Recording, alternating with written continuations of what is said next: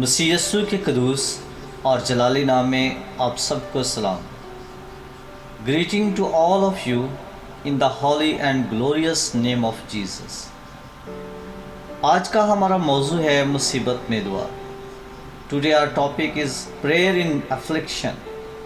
ہم خداوند کے کلام میں سے پڑھیں گے زبور 39 اس کی 10ویں آیت سے 12ویں آیت تک. We will read the word of God from Psalm 39 verse 10 to 11.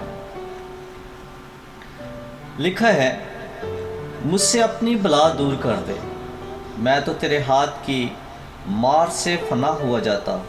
جب تو انسان کو بدی پر ملامت کر کے تنبیہ کرتا ہے تو اس کے حسن کو پتنگے کی طرح فنا کر دیتا ہے.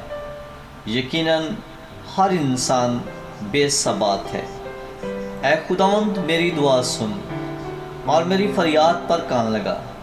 میرے آنسوؤں کو دیکھ کر خاموش نہ رہ، کیونکہ میں تیرے حضور پردیسی اور مسافر ہوں، جیسے میرے سب باپ دادا تھے. It is written, remove your plague from me, because of opposition of your hand I am perishing. When you rebuke and discipline anyone for their sin, you consume their wealth like a moth. Surely everyone is but a breath. Hear my prayer, O Lord, and give ear to my cry. Do not be silent at my tear, for I am stranger with you, sojourner like my father. Turn your gaze away from me, that I may smile again, before I depart and am no more. یہ زبور مصیبت میں کی گئی ایک دعا ہے کہ مجھ سے اپنی بلا دور کر دے، میں تو تیرے ہاتھ کی مار سے فنا ہوا جاتا. This psalm is prayer that was offered in affliction. Remove your plague from me, because of the opposition of your hand I am perishing. ہم مصیبت میں رہنمائی کے تعلق سے بائبل میں بہت سی آیات پڑھ سکتے ہیں جو ہمارے ایمان کو مضبوط کرتی ہیں. We can read many verses that make us strong in belief.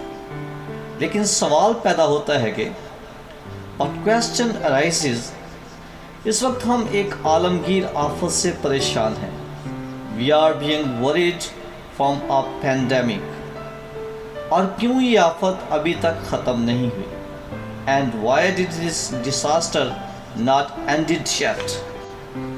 اس کی دو وجوہات پر بات کریں گے. We will talk about its two reasons.